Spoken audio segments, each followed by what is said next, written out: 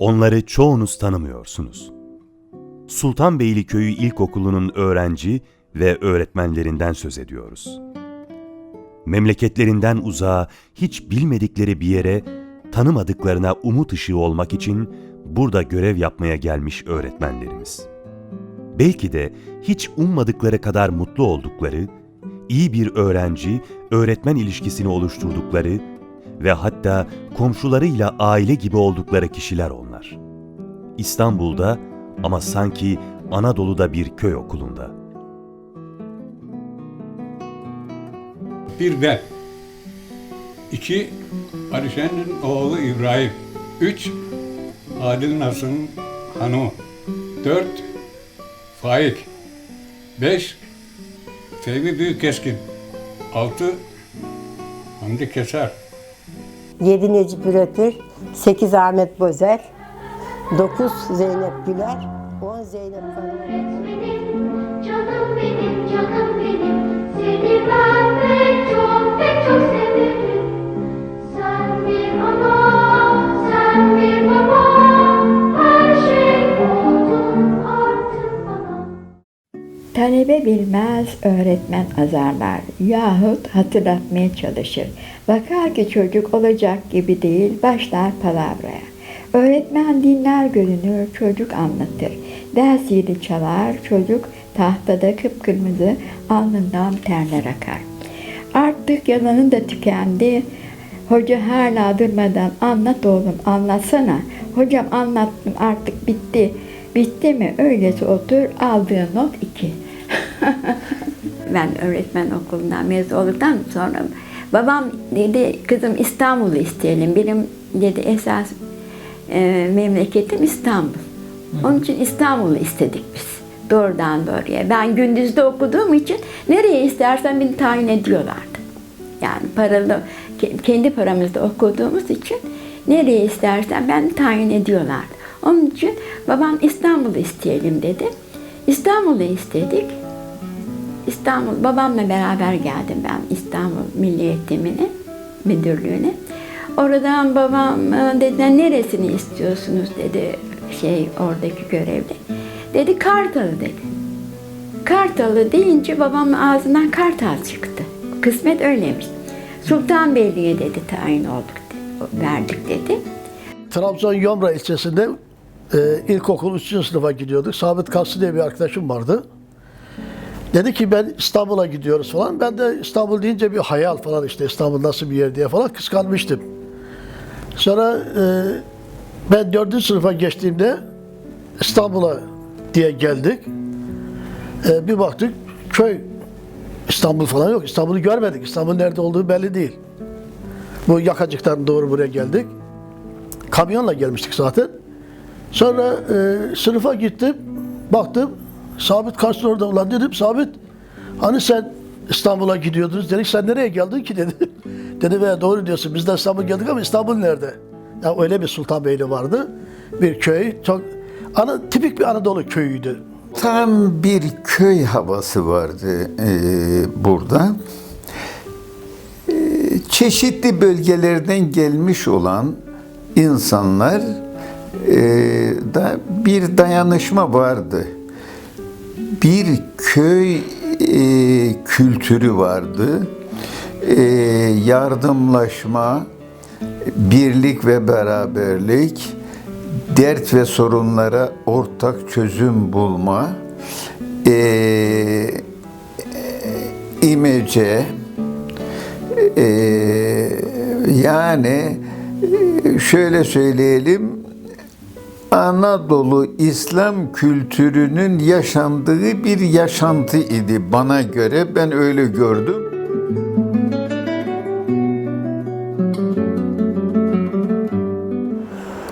Kimse kapısını bacasını kilitlemez. Yaramazlık olmaz, hırsızlık olmaz. Her taraf yemyeşil. Birbirine yardımcı. Güzel bir yerdi yani. Yardımlaşma vardı. Burada ev yok. Bulamıyorsunuz, ev bulamıyorsunuz. Şu yukarıda tarlanın içerisinde yapılmış bir ev vardı. Yolu yok, çamur yol. O zaman bu merkezde 1000 liraydı ev kiraları. Benden 1500 lira istediler. 1500 lira istedikleri gibi ya çoktu dedim. İşine gelirse dediler. Ver gel işte gelirse alma dediler. Ben mecbur yapacak başka bir şey yoktu. 1500 lirayı verdim. Kiraya gittim. 2 ay sonra ev sahibi dedi hoca kiran 2000 lira oldu haberin olsun. Dedim ya böyle şey olmaz. Bizim evimiz olmadı ama bizim hayatımız kirada geçti. Hiç olmazsa bir sene geçer de bir sene sonra kirayı yükseltirsin dedim. Dedi benimle bir ortaklığın var mıydı? Dedim yok seninle ortaklığım olsa sana kira vermem. O zaman dedi ya çıkarsın yahut da parayı verirsin. Onunla kavga yapmaktansa 2000 lira kira verip de o çamurlu alanda oturmak zorunda kaldım. Yani burada ki şartlar müsait değildi çünkü kiraya alabileceğin ev yoktu. Çok az ev vardı. 1969 yılının Eylül ayında geldik buraya. Efendime söyleyeyim. Kürt Mustafa denilen bir adamın evinde oturduk. Yağmur yağdığı zaman yağmur suları aşağı inerdi. Altına kapkaçak koyardık. Bir süre orada oturduktan sonra lojmana geçtik. Lojman açıldı. Gecekondu'da kalırdım. Buraya geldiğim zaman Gecekondu'da kalırdım. Çünkü lojman yoktu okulumda. Okulda lojman yoktu. Olan lojmanlarda diğer öğretmenler kalırdı. Ben Gecekondu'da elektriksiz 2 yıl kaldım. İlk görev yerim Sultanbeyli. 1976'da mezun oldum. Tayinim Sultanbeyli'ye çıktı. İşte Milli Eğitim'den gidip tayin yerimi öğrendikten sonra haritadan buldum önce Sultanbeyli'nin adını sanını hiç duymamışım o güne kadar.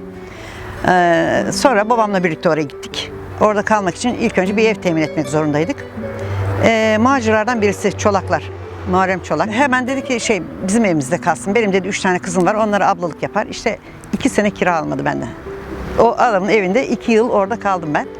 1. yıl bekar çalıştım, 2. yıl eşimle evlendik. Tekrar aynı evde kalmaya devam ettik. Bir adam seçsen de Türkiye genelinde git. İşte buraya biz köy kuracağız, buraya bir köy kuracağız ama en iyi insanları seç de al gel buraya da bu köyü kuralım desen de dedim toplasan böyle olmaz. Komşuluk o zaman vardı yani o zaman insanlar birbirini severdi, sayardı, şakalaşırdı. Şimdiki gibi değil, şimdi hiç kimse it anasını tanımıyor. Biz kapıları kilitlemeden yatırdık. Bahçemizde, tarlamıza aletlerimizi bırakardık, yolun üzerine giderdik. Hiç kimse gidip dokunmazdı onlara. Öğretmenlerle halkın arası çok iyiydi. Aynı yerlerde toplanırlardı, aynı kahveye giderlerdi. Örneğin birisi öldüğü zaman, kahveye gittiğiniz zaman, birisi başına bir şey geldiği zaman veya öldüğü zaman o gün ne kahvelerde oyun olurdu ne bir şey olurdu, sohbet ederlerdi.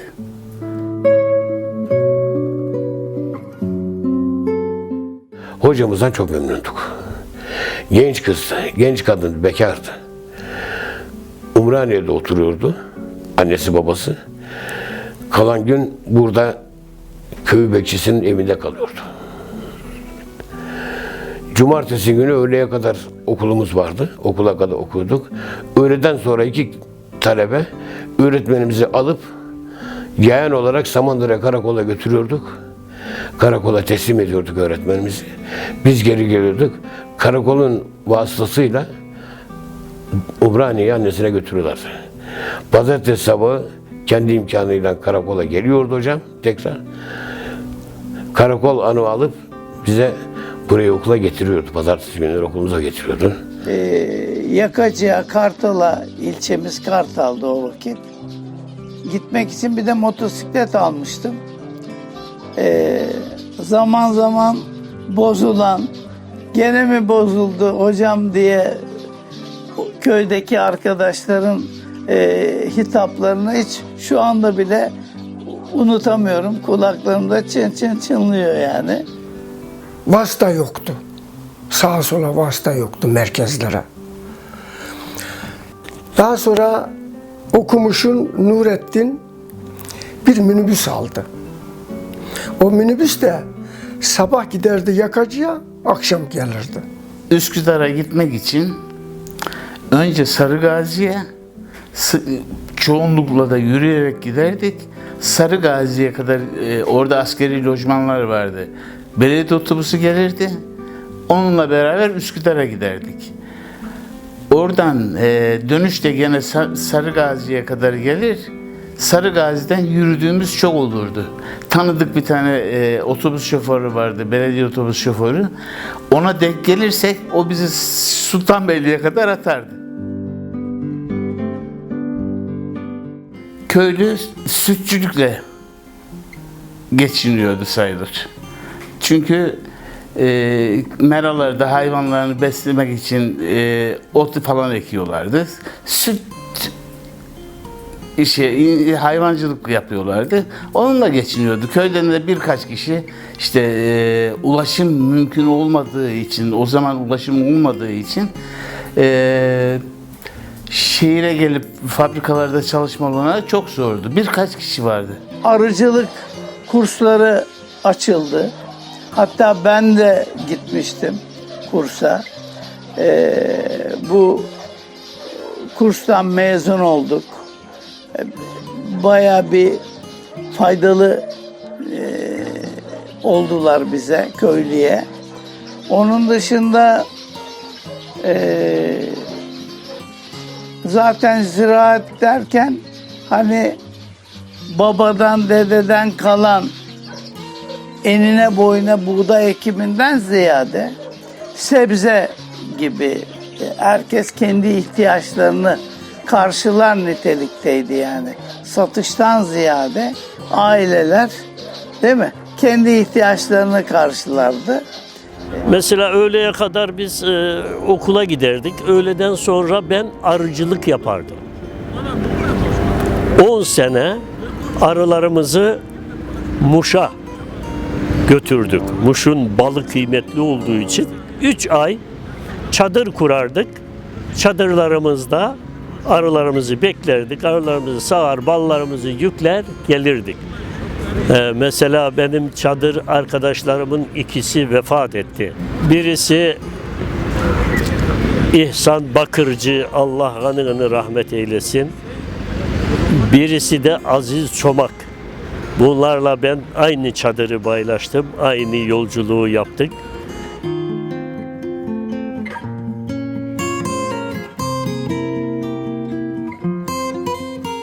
İlk geldiğim gün geri dönmeyi düşündüm. Neden? Neden geri dönmeyi düşündüm? Biz burada abim vardı falan, dedi ki benim ineklerim var memlekette. İnekleri al gel. Aldık 2-3 tane inek geldik. Ahır yok, bir şey yok. Orada meydan, burası köy meydanıydı, o hastanenin olduğu yer. Geldik, orada kamyonla bekliyoruz. İndirdik inekleri, ben tutuyorum, gördüğün ipini birden. Ya ahır yok. Git falan yere yok, git falan. Halbuki orada bir yani şeylik oldu, abim o işi beceremedi. Veya yani nasıl olsa buluruz diye hesapladı herhalde. Nihayet bu Ferhat'ın karısı var ya, vay diyeyim. O da dedi götürün konuna benim ağırımı. Götürdük onun ağırına. 2 ay orada durdular. Ondan sonra oldu başka bir cihaz aldık onlar. Nevin Hoca'nın tarlası vardı orada. Perşembe günleri şey vardı, tarım işi vardı. Biz o zaman tabii çocuktuk. Yani çocuk dediğim yine işte kazma çapa tutuyorduk. Perşembe günleri tarım işi, onun gidip orada kütüklerini söküyorduk. Uygulama yapıyorduk, tarla açıyorduk daha Türkçesi. Kök söküyorduk orada işte meşe kökleri, funda kökleri vesaire. Şeyde, tarım dersi şeyinde, altında çalıştırıyordu bizi ya. Bizde kimse bir şey diyecek şey yoktu. Ülkü Acet isminde bir öğretmenim geldi. Bize güzel ders verdi. Benden de 2 yaş büyüktü. Benden 2 yaş büyüktü. O zaman ortaokulu bitirenler öğretmen olabiliyormuş. İlk okulu bizim sınıfta geldi. Bizi okuttu. Bir gün tarım iş dersi yapıyorduk. Okulun bahçesinde meyve dikecektik, ağaç dikecektik. 3-4 arkadaş tarım iş dersi yapıyorduk. Bir adam geldi yanımıza. Bize bağırdı, durun, burası benim bahçem dedi. Biz durduk. Burası benim bahçem, bırakın çıkın dedi bize. Biz hemen öyle dedik ki biz burası okulun bahçesi. Öğretmenimiz tarım iş dersi verdi. Biz onu yapıyoruz. Hayır ben tanımam dedi. Tanımam deyince biz kazmayı küreğe çevirdik adama vurmak için. Adam ondan sonra bize durun dedi. Ben okula geldiğimde okula gitti, içeri girdi. Peşinden öğretmenimiz bizi çağırdı. Ülke Hacet. İçeri girdik. Öğretmenle beraber o adam da içeri girdi. Biz kim olduğunu bilmiyoruz. İçeri girince biraz önce beni bahçede bana dövmeye kalkanlar kim kalksın ayağa dedi. 4-5 kişiydik. Biz ayağa kalktık. Yaşımız ilerlemiş. 14-15 yaşındaydık. 15 yaşındaydık. Dedi ki çocuklar ben müfettişim. Size şaka yapmak istedim orada ama siz okulunuzun bahçesine sahip çıktığınız için size teşekkür ederim dedi. Şehirde büyüdüğüm için tarımla ilgili bir şeyim yoktu, tecrübem yoktu. Öğrencilerim, öğretmenim şunu yapalım, bunu yapalım. Tamam diyordum ben de. Siz yapın, tamam. Onlar yapıyordu, ben bakıyordum. Onlar yani beni idare ediyorlardı daha doğrusu. Bir bahçe yolunda, kuyunun solunda. Bir bahçe yolunda, kuyunun solunda. Küçük kız çocuklar toprağı yoklar. İşleri pek büyük, hepsi de ayrı yük. Bir çaba bulmuşlar, bahçıvan olmuşlar. Çiçek gördüğümde hatırlarım o anı. Artık uzakta kalan bahçıvan şarkısını hiçbir zaman unutmam. Asla o güzel sesi şarkısını söylerken büyüledi o beni. Güneş ışığı ektim, ben gülücükler ektim, hem dillere şarkılar. 2 sınıflı bir okulumuz vardı ve 2 öğretmendik. Öğretmenin bir tanesi 1, 2, 3. sınıfları, diğeri de 4 ve 5'i okutuyordu. O zaman okul müdürü Gülnaz Sezer'di. O ayrıldı, tayini çıktı. Ondan sonra da okul müdürlüğünü ben yapmaya başladım. 120 civarında öğrencimiz vardı ve köy 120 haneliydi. Tedrisat sabah 9'da başlıyorduk. 3'ü 10 geçe öğretim sona eriyordu her gün. Forma vardı o zaman. Önlük vardı, siyahtı. Yaka vardı. Önce bezdi, sonra plastiğe döndü. Siyah çaput alır pazardan. Onunla kes makası bir önlük. Bilmem ne. Çanta. Bunda bulana bulabilirsen. Lastik ayakkabı bulabilirsen. Çok büyük zenginin uşağı. Rahmetli babam. Büyükbaş hayvan birisi ölür veya keserler. Biraz yönünü yüzer onun. Hemen bir eline bir biz. Al sana çarık. Bir yağmurda çisentili havada bir giyersin onu. Leş gibi kokar, kayar. Çaputtan keçeden böyle tahtayı silmeye bez yapıyorduk. Abadan onu böyle elimiz takmaşı yapıyor. Onu sırayla yırtıldım getiriyordu. Herkes diyor, sen getireceksin bu hafta. Bir dakika ay sen getir. Sultanbeyli'de 4 dörtlük bir temizlik yapıldığı öğrenciler için değil, herkes için söylenemezdi. Bunun içine öğretmenler de dahil. Çünkü Sultanbeyli'de su yoktu. Evlerin üzerlerine konulan depolara su basılarak o su ihtiyacı gideriliyordu. Buraya çok göç geldiğinden dolayı okul bu öğrenci kapasitesini taşıyacak durumdan çıkmıştır. Şöyle ki 40 metrekarelik bir sınıfta 140 öğrenciyle eğitim öğretim yapmaya çalışıyorduk. Öğrenciler bu dershaneye ayakta bile sığmıyordu. Yani o şekilde zor şartlar içerisinde çalışıyorduk. yeni bir okul yapma kararı aldık. Losların okul yapacağı yerde köylüyle beraber yeni bir okul yapma kararı aldık. Parası olanlar para verdi, parası olmayanlar orada geldi çalıştık. Kısa zamanda 3 katlı bir okul yaptık. Ve eğitim öğretime burada başladık. Mehmet Avcı, mühendis, okulun planlarını çizdi. Diğer şeylerde de yardımcı oldu. Celal Yaman, Ahmet Erdoğan, Fethi Yıldırım, Hasan Bulmuş, İsmail Caner, Abdullah Aydoğdu, Asım Aydoğdu, Cemil Ekşi. Bunlar bu okulun yapımında bize yardımcı oldular ve o okulu o şekilde tamamladık.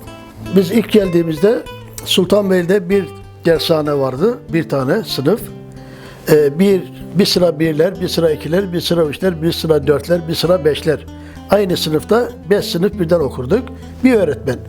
Tabii çok şeyler çektik, bir sıkıntılar çektik. Sonra işte Amerikan tipi okullar yapıldı. Biraz daha rahatladık falan, işte bir okula benzer. Gerçi ben mezun olmuştum ama işte okul yapıldık, çocuklar okuyacaklar falan diye, yakın çocuklarımız okuyacak diye çok hoşumuza gidiyordu. Sonra onun da modası falan geçti. Katlı okul yapılmaya başladığında biz biraz daha güçlenmiştik.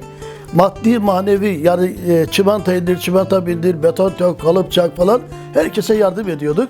Sultanbeyli halkı yardımlaşmayı, okul yapılacak diye çok seviyordu. O dönemimizde Şevket hocamız vardı. Çok değerli bir öğretmenimizdi bizim. Yani köyümüzün öğretmeni. Çok değerliydi. Çok saygı duyardık ona. O bize haydi çocuklar gelin arkadaşlar, işte bugün beton dökülecek, yardım edin falan. Biz koşardık. Teşvik ederdi bizi. O kadar çok değerli bir öğretmenimizdi o da. Okulda sıra sandalye yok. 400'den çıkmış 2000'e şeyin. Sen gidiyorsun başka okullardan yardım istiyorsun. Yardım istiyorsun. O zaman işte sıraya giriyorlardı. Yok sıra, masa, tahta yok. Hatta torpil diyelim o zamana göre şeyden aldık biz. Hapishaneden, Bayrampaşa'dan. O Mustafa Bilgin'in akrabası vardı orada, savcıydı da ona yalvardık, malvardık da oradan aldık. Kısa zaman içerisinde köç çok fazla geldiği için yine okul yetmedi. Okul yetmeyince biz kahvehanelerde, dükkanlarda derslik açtık ve oralarda eğitim öğretim yapmaya çalıştık. Şimdi biz teneffüs oldu. Bir şekilde zil bulduk, elimizde zil.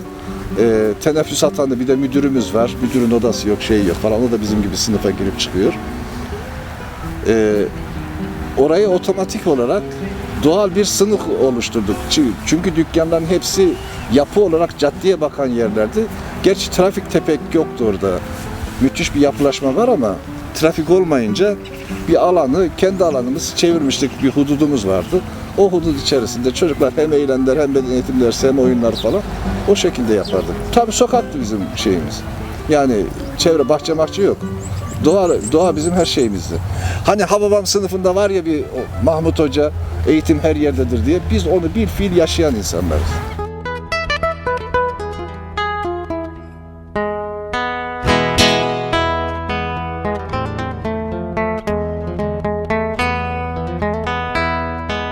Neyin Hoca gittikten sonra ilk hoca geldi. Onun arasında bir Hüseyin Hoca geldi ama o gitti, çok durmadı. Ya 3 ay durdu ya 5 ay yapmıyorum. O gitti. Onu bile ağlamıştık, öğretmen gelmeyecek diye mi ağlıyorduk, bilmiyoruz ki. 5 sene okudum. Nevin öğretmen bile gitsem tanırım yani, hiç gözümün önünden gitmez şeylere. Bir gün öğretmenim Ülke Hacet. Öğlen yemeğine eve geliyorduk biz. Öğlen yemeği yemek için herkes evine geliyordu. Eve gelirken dersten çıkarken öğretmenimiz dedi ki bize kayıt dosyası alın gelin dedi. Kayıt dosyası alın gelin dedi. Ben eve geldim. Tabii benim üzerimde param vardı. Bir tane bakkal vardı. Nedim'in bakkal diye. Her şey onda vardı. Ben okul yanından kayıt dosyasını almaya giderken öğretmenim sesine Ahmet nereye gidiyorsun dedi. Kayıt dosyası alacağım hocam dedim. Kaç param var dedi. 1 liram var dedim. 1 liram var dedim. Gittim meğer öğretmenim beni takip ediyormuş. Ben de param olduğunu anlamış üzerimde. Ben bakkala gittim. 40 kuruş verdim. 40 kuruşlu kayıt dosyası. Kayıt dosyasını aldım. Geldikten sonra öğretmenim dedi ki dosyayı getirdim. Getirdim hocam dedim, verdim. Paranın üzerine bakayım dedi. Ben kayıt dosyasına 1 lira verecektim, öğretmenime 1 lira dedim ama benim cebimde 40 kuruştu o zaman. Dosya 40 kuruş vardı, verdim. 2 tane de 10 kuruşum vardı. Ufaklık. Hocam bunları ver dedim. Yalan yaptım orada hocama. Yalan yaptım. Hocama yalan yaptım. Hocam dedi ki bu para noksan. Sana 60 kuruş vermesi lazım. Git paranın üstüne al gel dedi. Ben biliyorum kaç para aldığımı. Gittim bakkalın önünde biraz durdum geldim. Hocam dedim ben sana tam verdim parayı diyor dedim. O zaman hocam bana elinden vurdu. Burnum kanadı. Bana dedi ki git anneni al gel. Ben geldiğim eve annemi aldım. Gittim. Anneme dedi ki teyze ben oğlana bir tokat vurdum ama özür dilerim. Dersi için vurmadım, dersini çalışıyor. Yalan söyledi, onun için vurdum. Zoruma gitmedi, hiç zoruma gitmedi. Yalan söylediğim için dövdü. Öğretmenlerle aile gibiydik. Yediğimiz içtiğimiz beraber giderdi. Zaten lojmanlarda iç içeydi. Mesela akşamları oturur sohbet ederdik.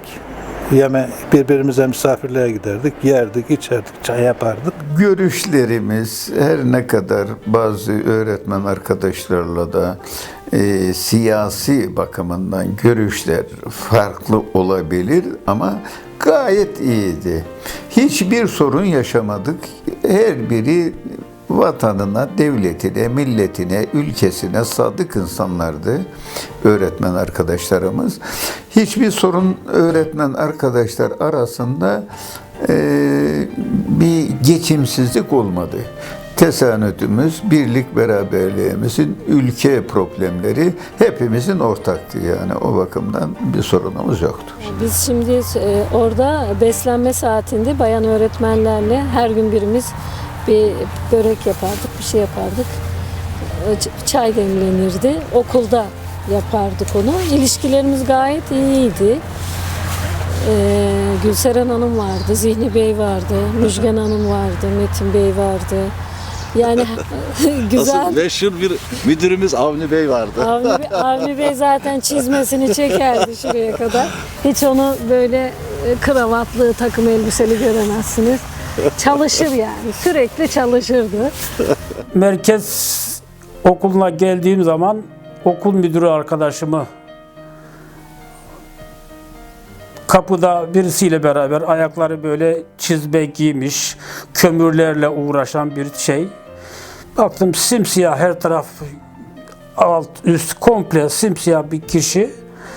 Okulumuza devlet tarafından bir yardım gelmezdi. O sene kömür geldi.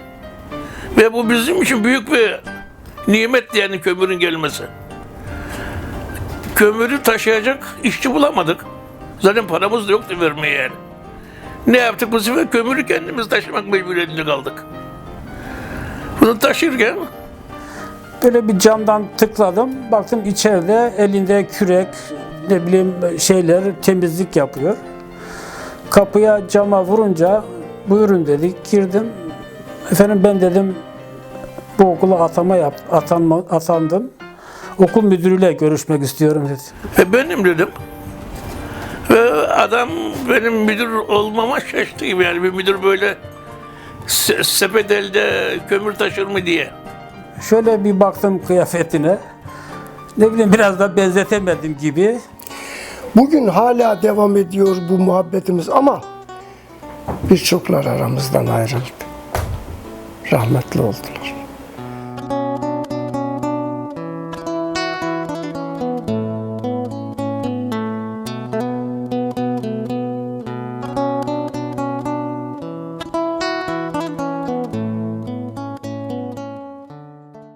Birinci sınıf öğrencisini bizzat kendimiz fişleri hazırlardık.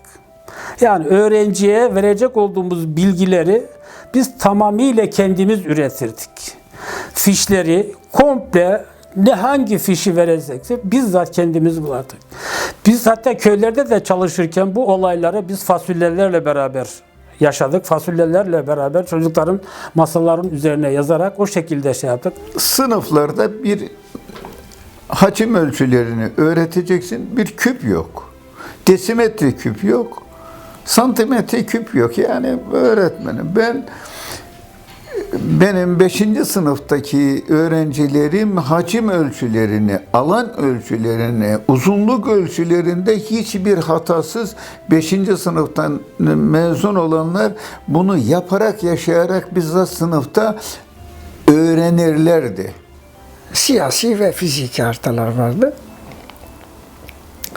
Efendime söyleyeyim, bir küremiz bile yoktu. Rahmetli Ali Kaya zamanında bir küre alındı. O küre de kayboldu. Sonra ne olduğunu anladık, biliyor musun? Ali Kaya rahmetli onu eve götürmüş, gece lambası olarak. Savaş Hoca diye çok değerli bir hocam, öğretmen gelmişti.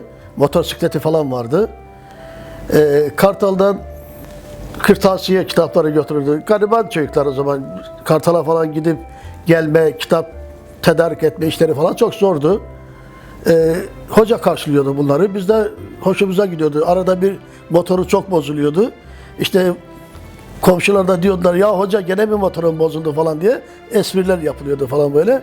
Çok iyiydi, çok iyiydi. Tanıdığım öğretmenlerin en değerlilerinden bir tanesiydi. Ben o motosikletle kitap, defter alırdım. Kartal, o zaman ilçemiz Kartal'dı. Getiririm. Daha böyle ihtiyacı olan çocuklara dağıtırdık.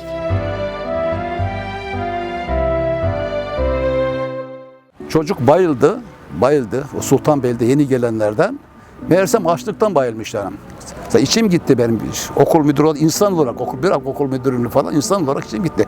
Ben de neden bayıldığını bir işte Şevket abi şey yaptı, bana hatırlattı. Ya bu çocuk aç olmasın falan dedi. Şimdi bir aklıma gelmiyor benim aç olacağı yani. Ve Şevket abi de söyleyeyim, çok iyi bir öğretmendir. Şevket abi çok iyi. İnsanlığı iyidir ya, öğretmenliği ondan da iyidir yani. Sultanbeyli Ticaret Meslek Lisesi'nde göreve başladım. Yıl 1997. Öğretmenler Günü münasebetiyle ilgili bir ilçenin düzenlediği bir program vardı. Oraya gittim, orada ilkokul öğretmenim Sayın Şevket Bey'i gördüm. Gittim yanına oturdum, elini öptüm. Hoş geldin Ulvi dedi. Oturduk, sohbet ettik biraz. Sonra bana şu kelimeyi kullandı. Ben dedi artık çok gencim dedi. Sizler benim yerime geldiniz, artık ben çok gençleştim dedi.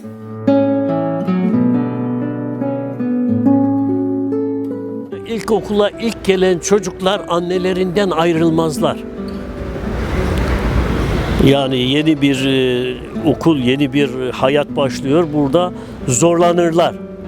Ama öğretmen orada anne baba inceliği gösterirse, çocuğa o şekilde yaklaşabilirse, o çocuk anasından babasından çok sizi sever. Anadolu'da bütün yerlerde hiç unutulmayan bir kişi vardır, öğretmenlerdir. O da ilkokul öğretmenlerdir. Bütün öğrencilerin. Siz dahi sorulduğunuzda ilk öğretmeninizi kesinlikle unutmazsınız. İşte o da nedir? Biz çocuklarla çok sıkı fıkı olduğumuz için ve çocuğu her şeyini bildiğimiz için, çocuk bizim açısından kendi evladımız gibi gördüğümüz için onların farklı bir yeri, farklı bir hedefe ulaştırmak hedefimizdir bizim.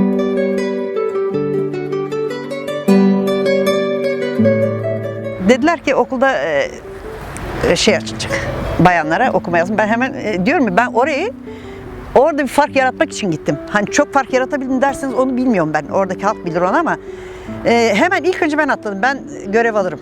Gençim de, başka yapacak bir şeyim de yok. Ben gireceğim gece kurslarına. Ondan sonra bir arkadaş daha istedi. İşte 2 sınıf açtılar ilk yıl. Sınıfa girdiğimde böyle yaşlılar da geliyor, gençler de geliyor. İşte başladık eğitim öğretime. Şimdi 2 grup yaptık. Hiç bilmeyenler, onlarla eğitim öğretim yapıyoruz. İşte cümleden başlıyoruz, işte gidiyoruz onlarla falan. Ama bir kısmıyla da az okuma yazma bilenle de ilerletmek için mektup yazıyoruz. İşte efendim kompozisyon yazıyoruz. Mesela bugün sabahtan akşama kadar ne iş yaptın? Orada yazarak anlatıyor. Tanıdıklarım, şimdi hala hatırımda olanlar ve çok sevdiklerim Fahriye Çolak, Güler okumuş soyadı. Onlar da oradalardı. Bize mektup yazdırdı. Biz de mektup yazdık. Yakınlarımıza memlekete gönderdik Trabzon'a. Bir haftaya 5 gün gidiyoruz. Akşam 2 saat bir okuma yazmamız var idi. Arada da teneffüs ederdik. Lisenin öğretmeni işte bir tane Yastıkbaşı dantel dokudum. Bayıldı gitti. Bana çok hoşlanmıştı o zaman. Heves etmişti. Nasıl dedi bunu güzel yapmışsın böyle dedi. Gece oraya gidiyorduk. Gündüz işimi ediyordum. 2 uşağım da vardı ya. Sonra etiketler tanıdık işte pazar etiketlerini, parayı tanıdık. Öyle güzel okutuyordu ki bizi alıştırıyordu, okuyun diyordu, kalmayın diyordu. Bana diyordu ki Güler gel öğren, 5'ten çık, ortaokula git. Hep bana öyle diyordu. Yazmayı yapamadım işte, gel git oku dedi, yaz dedi. Hesabı kitabı, etiketlerde öğrendim. Durağa mesela, buradan biniyordum Üsküdar'a, Üsküdar'dan vapura, vapurdan gidiyordum. O tabelayı bile öğrendim. Çünkü her otobüs geçmedi Bakırköy'ün içinde. Oraya bir kere gittim, oraya baktım, onu odakladım kafama. Oraya gidince, otobüsten inince hemen beni orada indiriyordu. Orada ayrı duraklara bakıyordum. Bu kalkacak oraya, yani yazıyordu. Oranın numarası Bakırköy'ün. Oraya gidip iniyordum onu. Çarpım tablasını dedi, yazacaksınız dedi Gülseren öğretmen. Allah'ım yarabbim. Herkes güzel yazmış. Bir tek o bayan, Hüseyin Hoca'nın eşi Makbule Hanım, o tersine yazmış. Şimdi öğretmen dolaştı tabii hepimizi. Hanımlar dedi, hepiniz çok güzel çalışıyorsunuz ama dedi, Makbule Hanım dedi, sizden daha çok yani çalışmış dedi. Bakın dedi, bunu siz yani böyle yazamazdınız dedi. O çarpım tablasını hepimize gösterdi o ters yazılıyı. Aldı milleti bir gülmek. Çok teşekkür ediyorum. Çok teşekkür ediyorum ona. Bir kere onu görmüş olsam böyle boynuna sarılırım. Onun elini öpmek isterim. Bize öğrettiği için. O benden küçük ama onun şeyi benden yüksek tabii. Allah da razı olsun ondan. Küçük karınca yuvasındaydı, her yeri donduran soğuk vardı. Kapı çalınca açtı karınca, kimdi ki bu vakit kapı vuran? Tembel cırcırdı gelen misafir, kardeşim karnım aç bir şey getir. Yazın gezersen hep zevk edersen, kış gelir çok çabuk kalırsın aç. Aydos şeyi vardı, tepesi. Aydos tepesine çıktık. Orada işte. Orada ben gelmiştim ben işte oraya. O ip atlar, top oynar. Çocuklarla beraber ben ip atlardım, top oynardım. 23 Nisan oldum Cumhuriyet Bayramı'na gidiyorduk. Kaleden defne getiriyordu çocuklar. Okulun şeyler süslüyordu kapılarını. Bayraklar asıyorduk. Grafon kağıtlarından süsler yapıyorduk. Okul camdan süslüyor. Şimdi nerede? Şimdi okulda bayram oluyor. Çocuklar gitmiyor bile okula. Biz yine hiç gitmemezlik yapmıyorduk ya. Öğleye kadar gidiyorduk. Ondan sonra bir de okulu süslüyorduk. Sokakları geziyorduk. Şimdi çocuklar bilmiyor bile bayram var, 23 Nisan var. Okuldan çıkardık. Yürüyün bütün sınıflar, okul müdürü, bütün öğrenciler ve öğretmenler. Köyü dolaşır, tekrar bahçesine giderdik. Yani bir nevi halka duyururduk. Bugün 23 Nisan. Halk bizi görürdü. Okula toplanmaya başlardı. Her türlü oyun ve eğlence yapardık. Bir 23 Nisan'da öğrencileri almıştık. Doğru Samandıra'ya. Orada biz de hazırlandık. Samandıra o zaman Nahiye, yani diğer adıyla Bucak. Bizim Sultanbeyli o zaman köy, nahiyemize gittik. Onlar tabii daha havalı. Biz köy olarak iyi de bir hazırlandık 23 Nisan'da. Hani onları bir bastıralım. 4 kilometre gittik. Oyunlarımızı oynadık. Piyeslerimizi oynadık. Çoğu da Samandıralılar böyle bizi izledi. Hani ama biz hazırlıklıydık yani. Ondan sonra da gene 4 kilometre hepimiz yayan. Öğrencilerimiz biz de başlarında yaya olarak dönmüştük. O günkü öğrenciler hatırlayacaklardır zaten. Bir anımız olmuştu yani. Yerli malı, yerli üretim bizim için en önemli bir meselemizdir. Bunu ihmal etmeyeceğiz. Eğitim olarak herkes bunu bilmesi lazım. Gerçekten de tamamen yerli malı. Evinde ne var, ne yetiştirmiş, ne üretmiş. Hanımlar ne yapıyor? Yediğimiz içtiğimiz hep onlardı. Yabancı bir şey almazdık zaten sınıfa. Bütün herkesin şeyini toplardık. Dağıtırdık olmayanlara. Mesela bunda ceviz var, öbüründe yok. Birinde fındık var, diğerinde yok. Birinde lokum var, diğerinde yok. Onları ne yapıyorduk? Eşit şekilde yapıyorduk. Hepsine dağıtıyorduk. Ve öğretmenlere ayrı bir tabak hazırlıyorduk. Öğretmen odasına gönderiyorduk. Böylece kutluyorduk yani.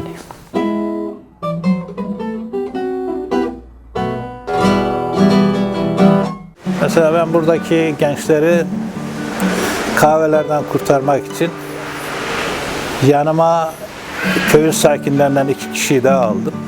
Arabama koydum. Aniden Alemdağ'a gittim. Oradaki askeriye, ben Sultanbeyli'den geldim. Bunlar da işte köyün sakinleri. Dedim gençleri kahve köşelerinden kurtarmak için bir futbol sahası yapmak istiyoruz. Muhtara söyledik.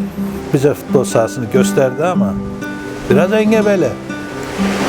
Bize dozer lazım. Tamam dedi. Hemen telefon etti. Tıra yükletti dozeri. Getirdik Sultanbeyli'ye. Bu sahayı öylece yaptık. Bu askerin imkanlarıyla. Ondan sonra kendi çabalarımızla düzelttik. Çizgilerini çizdik. Direklerini diktik. Böylece gençleri bir araya topladık. Sultanbeyli'de yardımlaşmayı, insanlığı, mesela yaşlı bir kadının evine gittim, kalktı böyle bana yer verdi, tamam mı? Ay teyze niye kalkıyorsun dedim. Sen köy ilerisisin dedi, bak maceralardan bir tanesi köy ilerisi öğretmen demekmiş. Ben bilmiyorum, bana böyle dedi. Sen köy ilerisisin, kalkarım. Onlardan insanlığı, saygıyı, bunları öğrendim. Bir de zor şartlarda yaşayabilmeyi, direnebilmeyi. Öğrenci yetiştirdim. Dostlarım oldu. Tanıdıklar oldu. Onlarla uzun yıllar muhabbetlerimiz oldu. Yani onlar beni sevdi, ben onları sevdim. Ve dairemi burada aldım. Memlekete gitmedim, buraya yerleştim. Kendi ikinci evim oldu, memleketim oldu.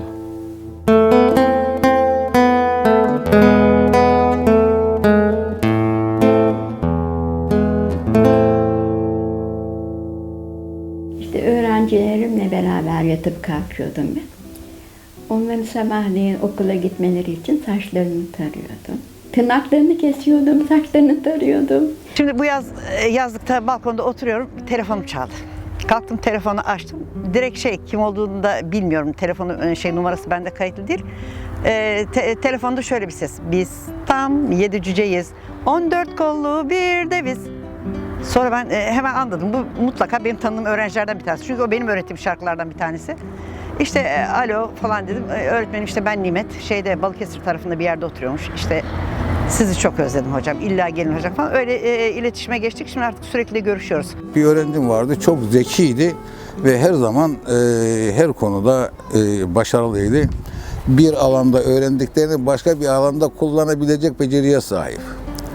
İkinci dönem sonunda bu öğrencim artık yaramazlık yapmaya başlar. Sağa sola sataşır, derste çalışmaz. Çağırdım, sordum, oğlum nedir senin bu vaziyetin, niçin bu şekilde davranıyorsun, sebep nedir yani, bir şey varsa ben sana yardımcı olayım. Der ki annem babam beni okuldan sonra okutmayacak, o nedenle benim çalışmama gerek yok. Hemen babasına bir mektup yazdım, okula istedim. Adam gelmedi. İşim var dedi. Annesini çağırdım, annesi geldi. Annesine olayı anlattım. Dedim bu çocuk çok zeki bir çocuk. İleride büyük bir makama gelebilecek zekaya sahip. Bunu bu şekilde okuldan soğutmayın dedim. İleride büyük bir makama gelebilir. Sen öğretmen olduğunda ne oldu der. Benim beyim senin bir ayda kazandığın parayı bir günde kazanıyor. Deyince ben şok oldum. Dedim ki sen okumanın faydasını bilseydin bu şekilde benimle konuşamazdın. Ama bırak şimdi şu para kazanmak şeyini, hiç olmazsa çocuğun okusun da gene çok para kazansın senin kocan gibi. Kadını ikna ettim, ondan sonra çocuk düzeldi. Ama çocuk okuldan mezun olduktan sonra bunu okula göndermediler, Kur'an kursuna gönderdiler. Ama o çocuk daha sonra ortaokulu dışarıdan bitirdi, liseyi dışarıdan bitirdi. Eğitim fakültesi sınavlarına kazandı, şu anda öğretmen. Problem bir öğrencim vardı. Sürekli okulda kavga çıkaran, o şekilde böyle her Allah'ın günü babası gelirdi. Aman ne olur hocam bu çocuk okuldan atılma durumu da söz konusuydu. Bize yalvarırdı, aman etme gitme bu çocuğu şey yapmak ve o zaman şunu düşündüm. Bir öğrenciyi okuldan atmak kolay. Ama biz dedik ki bu çocuğu kazanmanın yollarını arayalım. Bunu ben kendime düşündüm. Bir gün bana kendisi çocuk dedi ki öğretmenim dedi arabanızı yıkayabilir miyim dedi. Ben hiç aklıma gelmeyen bir şey. Tamam dedim oğlum al dedim anahtarları verdim. Ve biraz sonra bir de baktım ki araba yerler esiyor. Yok. Çocuk arabayı götürünce ben korktum. Acaba bir şey mi olur? Ehliyeti yok. Bir gider birisine çarpar, bir problem doğar. İş bizim başımıza patlayacak. Ne yapayım, ne yapmayayım diye çocuklara sordum. Dediler hiç merak etme öğretmenim. O biraz sonra dedi gelir dedi. Hiçbir şey yapmadım. Biraz sonra hakikaten bir de baktık ki okulun bahçesine bir giriş yaptı ki ben neredeyse kalpten gidecektim. O seviyeye geldim. Böyle fren yapa bir girince içinde de kız arkadaşlarıyla beraber geldi. Tabii onu görünce haliyle sevindim. Ve ben de kendi kendime her akşam eve geldiğim zaman düşünüyordum ne yapabilirim diye. Çocuklara sordum araba konusunda, araba kullanması konusunda herkes bir fikir. Yani araba kullanabilir ve hiç ondan korkunuz olmasın diye. Ama ehliyet konusu var. Tabii en korkunç şey o. Ve bu çocuk inanın öğretmen oldu. Nasıl yaptım bu işi? Her gün, her istediği zaman arabayı verdim.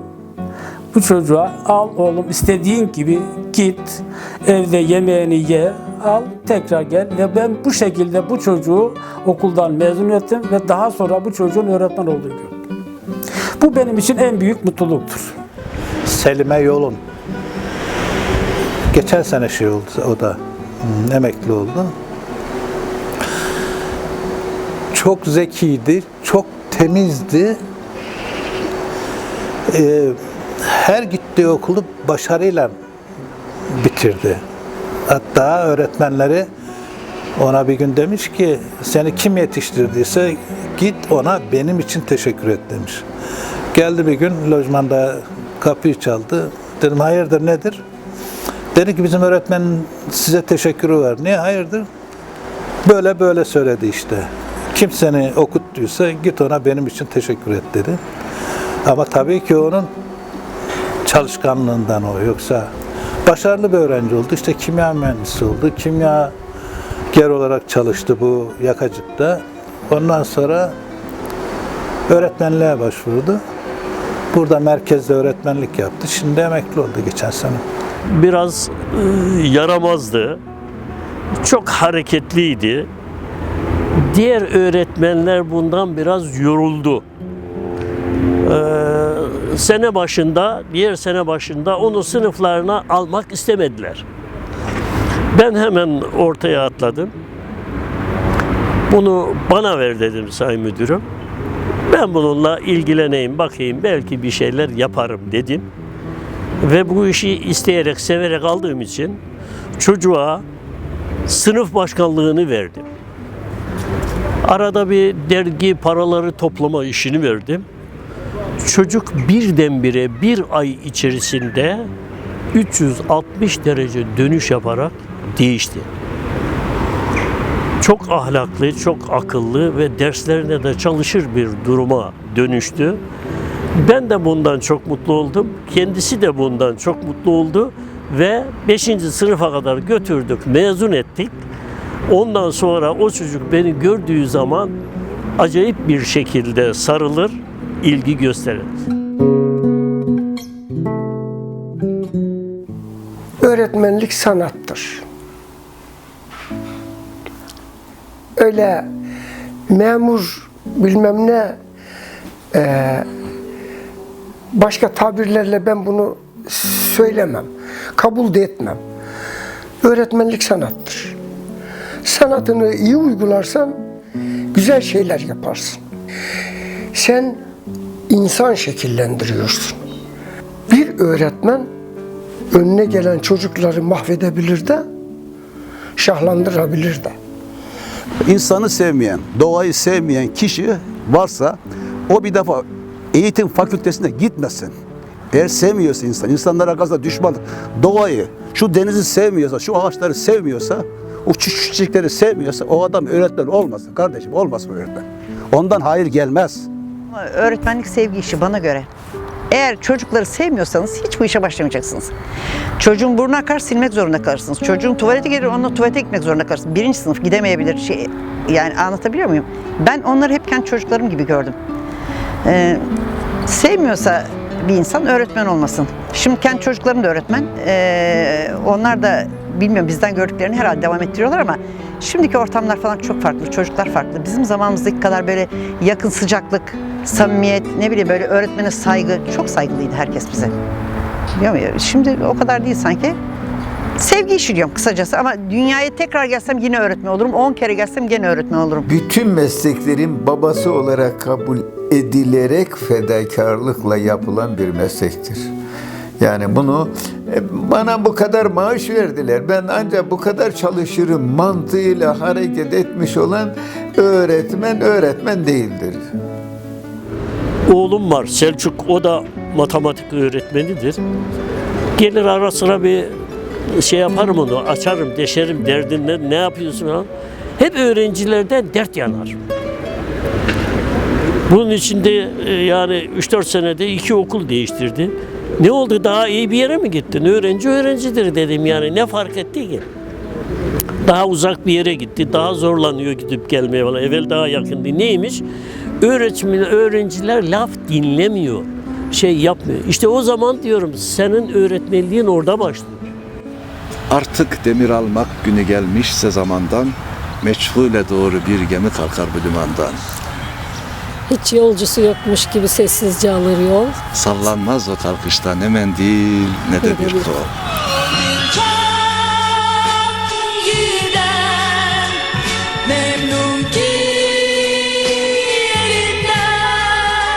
Bugünden sonra onlar anılarıyla hafızalarımızda yaşayacaklar.